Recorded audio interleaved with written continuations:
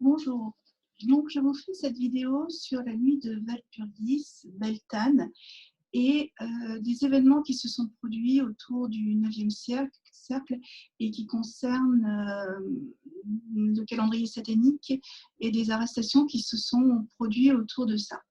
Je vais commencer par un peu, entre guillemets, de pédagogie, et je vais vous parler de ce qu'est réellement la nuit de Walpurgis et de ce qu'est exactement Beltane, dans sa réalité de lumière, et également dans nos traditions à nous, en tant que Français, puisque c'est issu des traditions religieuses celtiques, qui appartiennent aussi bien à ce qu'on appelle les Vikings, les Gaulois, également aux Irlandais, aux Gallois.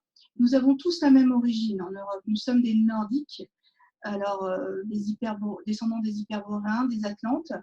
Et même s'il y a des variantes en fonction des régions maintenant en Europe, puisque ceci s'est passé au cours des plusieurs millénaires, voire plusieurs dizaines, voire centaines de milliers d'années, et donc, il y a quelques différences, mais pour nous en France, nous avons, il y a une partie de la population qui a gardé en mémoire et qui continue à faire les rites et comment dire, être religieusement, d'un point de vue religieux, être toujours celtique. D'un point de vue celtique, donc, nous fêtons alors, ce qu'on appelle la nuit de Walpurgis, plutôt pour je dirais les Vikings. Enfin, dans ma tradition familiale, on parle plutôt, nous parlons de la fête des élémentaux et la fête la nuit des fées. Sachant que vous allez le voir chez les Wicca et autres, eux, ils vont parler de la nuit, le grand sabbat des sorcières. Mais comme je vous l'ai dit, ce terme de sorcière ne me plaît pas parce que, certes, sorcière, ça vient de celles qui font les sorts, mais en ce qui me concerne, c'est devenu tellement négatif que je ne veux plus l'utiliser. C'est aussi une nuit qu'on appelle la nuit des Vuelvas en France, enfin en Gaule en tous les cas. Et cette nuit, c'est une nuit en fait où, comment vous expliquer ça? C'est une nuit où on va célébrer déjà Tehara, la terre-mère, l'entité sur laquelle nous vivons. C'est une nuit qui est réservée à l'amour. Alors, c'est une nuit où normalement les jeunes mâles vont cueillir des fleurs, vont chercher des fruits, vont chercher des jeunes branches d'arbres pour les apporter et décorer les fenêtres de leur bien-aimé, de leur future compagne.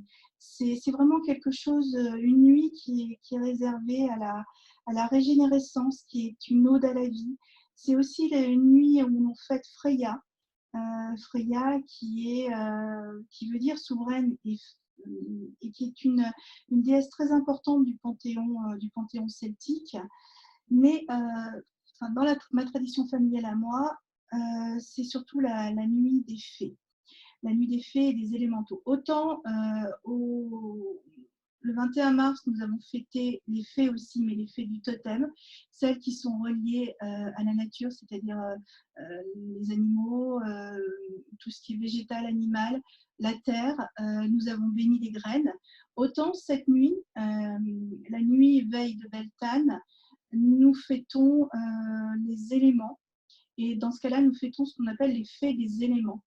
Et je vais vous lire ce que l'on dit selon la Kabbale, mais la Kabbale de l'arbre de Jessé, c'est-à-dire la Kabbale très ancienne et celtique, au sujet des 4 éléments qui, pour nous, sont habités par soit des créatures, soit chaque élément a une orbe qui est une entité qui est à la fois masculine et féminine et qui aussi nous dit que nous sommes soumis à la vie, mais nous sommes aussi soumis aux lois de la mort.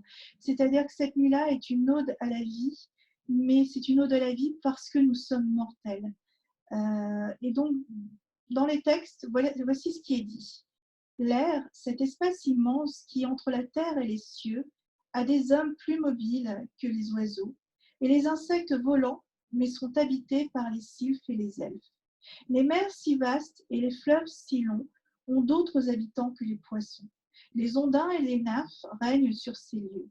Les profondeurs de la terre n'accueillent pas seulement les animaux fouisseurs, mais aussi les gnomes et leurs nombreuses familles. Quant au feu, l'élément le plus sublime, n'a jamais été fait pour demeurer vide et inutile. Les salamandres habitent donc la région du feu. Ces êtres sont composés des plus pures parties des éléments qu'ils habitent. C'est très important, les salamandres et le feu, parce que comme vous le savez, il y a le féminin sacré et le masculin sacré. Quand ils s'unissent, ils donnent la vie, c'est-à-dire qu'ils donnent l'eau qui va féconder la terre et qui justement va nous amener à la fête de Beltane, qui est en fait la fête de Bélénos et de Bélisama, mais surtout de Bélénos. Bélénos vient de, chez nous gaulois, de Bel, Bel qui veut dire le Seigneur, qui veut dire aussi beau, qui est quelque chose qui veut dire aussi la lumière d'une certaine façon, puisque à Beltane, la lumière de Bélinos est là comme en réponse à la lumière de Lugh que nous avons fêtée à Samhain, ou Samhain pour ceux qui prononcent ça ainsi. Beltane, c'est vraiment la lumière de la fête du feu intérieur, c'est vraiment la fête de la lumière solaire, c'est la lumière solaire, mais de Dieu. C'est l'énergie de la victoire. C'est la lumière qui a définitivement gagné et qui a détruit les ténèbres. Et c'est là où on va passer vraiment, nous allons passer vers le printemps. D'ailleurs, c'est une période où on commence les transhumances. C'est à cette période-là que les animaux commencent à remonter dans les alpages. Et c'est une fête extrêmement importante. Et donc, Bélénos, donc déjà, il a avec lui Bélisama, Bélisama qu'on nomme la très brillante et la très rayonnante. Donc, vous voyez, c'est vraiment, tout tourne autour de la lumière. Mais Beltane, c'est aussi par le feu de Bel, c'est aussi pour nous la symbolique du dragon. Le dragon, l'esprit du dragon. Pourquoi? Parce que le dragon c'est le feu sacré. Si vous voulez, la symbolique du dragon, c'est à la fois c'est le principe actif et démiurgique. C'est la puissance divine et c'est vraiment un énorme élan spirituel. C'est-à-dire que le dragon représente le ciel, tout ce qui est céleste. Vous pouvez dire que la terre, c'est Théara, c'est la naissance de la vie, c'est le ventre fécond. Et l'atmosphère qui entoure Théara, c'est Dragos, c'est le dragon sacré. Et ce dragon sacré, c'est lui qui va donc cracher ces eaux primordiales qui vont féconder Théara. Et Dragos, c'est lui aussi qui est, comment dire, c'est lui qui va ordonner la création. Vous savez, Einstein disait Dieu ne joue pas au dé, Dragos, c'est lui qui va ordonner la création et qui va en donnant, en crachant le feu, c'est-à-dire la foudre que vous pouvez retrouver chez Zeus dans la mythologie grecque. Et grâce à cette foudre et à ce feu, il va faire quoi? Il va amener la pluie. Le feu et la pluie, comme je vous l'ai dit, le feu et l'air amène la pluie. Et cette eau est ce qui va féconder la terre et ce qui va nous donner tout ce qui est la vie végétale, la vie animale. Et c'est là que nous vivons. C'est-à-dire que par le fait que Dragos, par son feu, nous a donné la foudre, donc la foudre démiurgique, il a amené la pluie parce que grâce à l'air, il a fécondé Théara. Et ça, c'est très important. Malheureusement, les catholiques n'ont pas retenu ce bon côté, puisque pour eux, Dragos est devenu Lucifer, c'est-à-dire que de Bel, on est passé à Lucifer, le porteur de lumière, et on est passé du dragon à Satan.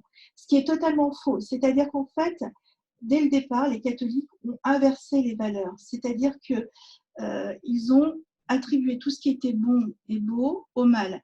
C'est-à-dire que là où le dragon représente l'alchimie, c'est-à-dire représente le principe alchimique, la transmutation, eh ben, ils ont dit que c'était le mal, puisque pour eux, dans les religions abrahamiques, tout ce qui était ancien, en fait, tout le monde ancien, était l'incarnation du mal parce qu'ils voulaient nous enchaîner, parce qu'ils ont voulu nous rendre esclaves, donc ils ont inversé toutes les valeurs. Et donc les religions abrahamiques ont inversé les valeurs, d'où le fait que le dragon qui est sacré, le dragon qui est notre source de vie, et ben du coup c'est devenu Satan. Et ça, pour moi, c'est quelque chose qui est ignoble. Vous voyez, jeudi, nous serons le 30 avril. Vendredi, nous serons le 1er mai. Donc, mercredi, je vais passer la journée en cuisine, je vais préparer plein de choses. On prépare la fête en famille. Nous avons des aliments qui sont pour la saison. Nous avons la maison que nous allons décorer justement avec des fleurs fraîches, des herbes fraîches. Nous avons choisi la couleur des bougies. Nous allons instaurer le passage vraiment au printemps, puis ça sera l'été, mais vraiment le passage au printemps, c'est-à-dire les animaux ont commencé à mettre bas, nous avons les jeunes agneaux, nous avons, moi je viens d'avoir mes premières salades et mes premiers radis, nous avons les premiers légumes qui arrivent, là nous passons vraiment dans la fécondation, c'est-à-dire que cette nuit-là, le jeune Dieu a fécondé la déesse.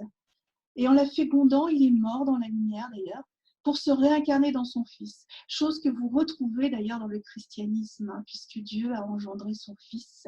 Donc vous le retrouvez avec Dieu, la Vierge Marie et le Christ. Tout ça, ce sont des choses en fait qui sont immémorielles et qui nous viennent de traditions très, très, très, très lointaines. On sait maintenant, on a retrouvé des pierres qui ont plus de 70 000 ans, des pyramides de plus de 70 000 ans, et des pyramides qui sont nordiques et qui sont en Finlande actuellement. Donc, il serait bon que l'on retourne à des choses qui soient plus à l'endroit. Et je voulais vous dire ça. Donc, déjà, je vais vous laisser les liens pour vous expliquer donc la nuit de Walpurgis, qui est cette nuit extrêmement importante, cette nuit de la fécondité, où, je dirais, on pouvait se laisser aller à la... Comment expliquer ça, à courtiser sa promise pour ensuite la féconder, donc, parce que le but est de donner la vie. Voilà. Ensuite, donc, vous avez Beltane, où je vais vous donner aussi un lien qui est très sympa, où on vous explique ces célébrations, où on vous explique aussi les rituels, ce qu'il en est aujourd'hui. Voilà, par exemple, ici aussi, il y a un livre que moi j'ai, d'ailleurs je les ai tous, hein, sur les 8 sabbats. Là, Beltane. Celui-là, je l'aime bien parce qu'il est très pratique avec les enfants, parce qu'il y a des travaux manuels à faire. Par exemple, on prépare aussi les décorations, il y a des recettes aussi, et puis on explique toutes les origines et tout, et c'est vraiment super sympa. Mais ce qui m'a fait vous parler de ça sur la chaîne Valkyrie, alors que normalement, pour moi, c'est sur la chaîne Fée Dragon, c'est le calendrier satanique. Pourquoi? Parce que, comme je vous l'ai dit, c'est réservé à la fécondation, donc aux bébés, donc aux enfants. Qu'est-ce qui se passe là? Eh bien, nos amis sataniques, nos amis, si on peut appeler ça comme ça, eux ont repris Walpurgis et ils font des sacrifices, alors animaux, de tous âges, mais surtout ce qu'ils ont. Ces derniers temps, ils ont enlevé des enfants, et notamment surtout des jeunes enfants. Et qu'est-ce qui va se passer quand on va arriver au 1er mai? Quand on va arriver au 1er mai, on va arriver à Beltane. Et c'est la fête par excellence des Illuminati. Et dans cette nuit-là, nuit de Walpurgis, ces ordures sont allées nous voler les lieux sacrés, notamment en Irlande, les terres de Tara. Au Pays de Galles aussi, en Bretagne aussi, en Suède, et ils nous ont volé nos lieux sacrés. Et lors de cette nuit de Walpurgis, ils font surtout des sacrifices de bébés nouveau-nés. Et ils font des sacrifices de femmes enceintes à qui ils ouvrent le ventre pour enlever, arracher du ventre le bébé qu'ils vont sacrifier. Il sacrifie la femme enceinte et son bébé. Et c'est une nuit absolument épouvantable de sang, de sacrifice, de torture, absolument épouvantable. Et c'est pour ça que je la fête d'autant plus, avec d'autant plus de ferveur et de lumière et de prière, parce que je veux que justement ce qu'ils ont fait et ce qu'ils ont pris à notre culture hyperboréenne, à notre culture celtique, qui était une culture de la lumière, la culture du bien, une culture de la beauté. Vous savez ce que l'on dit? On dit le beau, le bien qui amène au bon. Et bien, ils nous ont volé tout ça. Et là, voilà ce qui s'est passé. Alors là, oui, non, ça c'est encore, je vous montrerai, c'est pour Beltane, puisqu'il y a également l'arbre de mai, mais ça vous pourrez le voir. Et donc voilà ce qui s'est passé. C'est que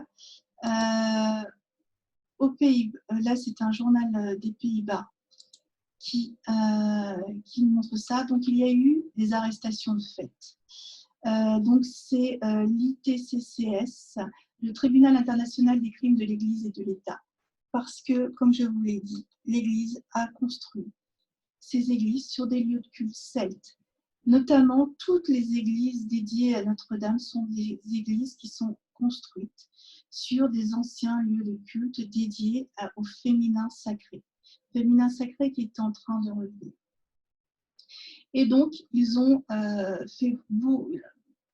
arrêté du monde. Ils ont retrouvé, alors c'est ce qu'on appelle la secte du 9e cercle.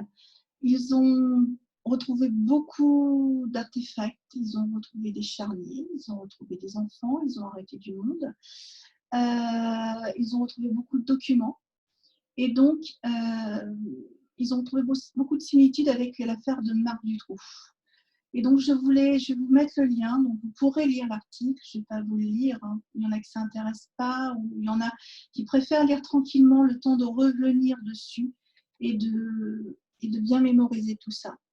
Donc, on retrouve l'Opus Dei dans cette secte du 9e siècle. Et vous savez, l'Opus Dei, vous avez un très bon livre qui s'intitule De la loge P2 à la secte du Temple solaire, à ce sujet-là, qui est très intéressant. Et donc, ces arrestations sont très, très importantes. Donc, vous voyez, ils ont arrêté des gens à Dijon, en France, à Lucerne, en Suisse. Vous voyez, Dijon, d'ailleurs, c'est pas très loin de chez moi. Et Dijon est importante parce qu'il y a des pierres levées, il y a des anciens lieux sacrés, celtes très importantes. Vous voyez, un certain nombre de bébés qui venaient d'hôpitaux.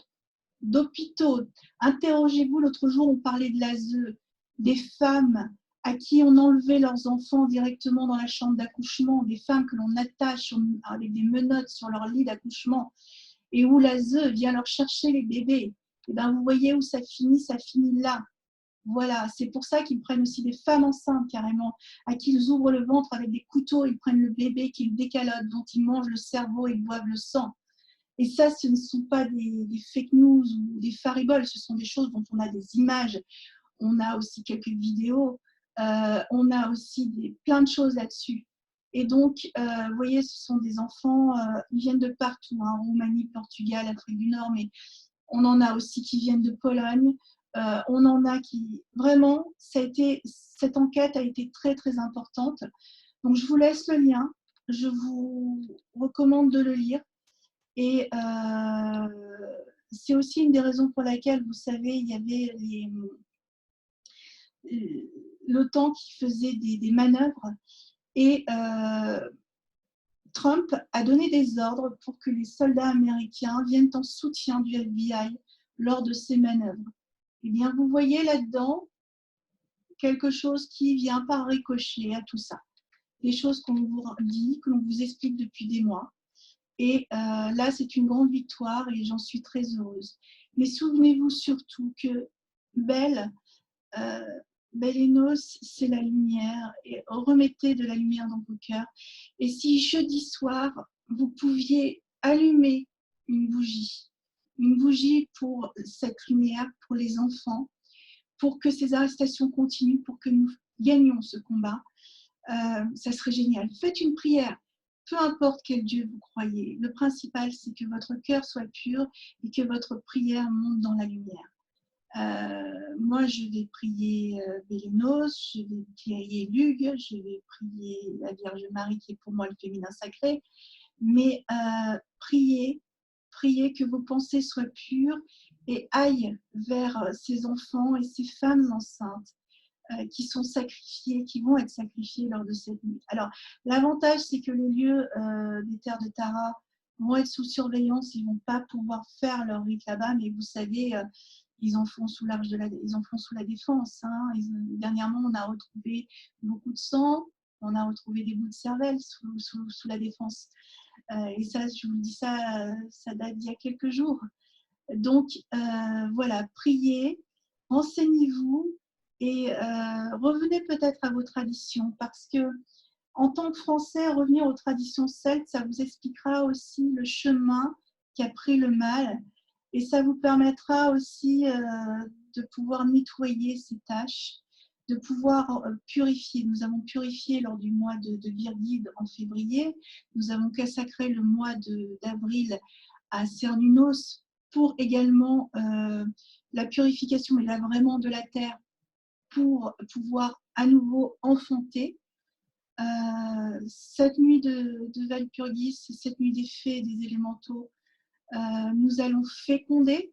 Il serait bien que le nouvel enfant naisse sur une terre pure et débarrassée de tous ces satanistes. Donc, je vous laisse les liens, je vous embrasse. Et puis, bah, écoutez, bonne fête. Hein. Donc, moi, jeudi, vendredi, je ne ferai aucune vidéo, ça c'est sûr, puisque je vais faire fêter mon sabbat.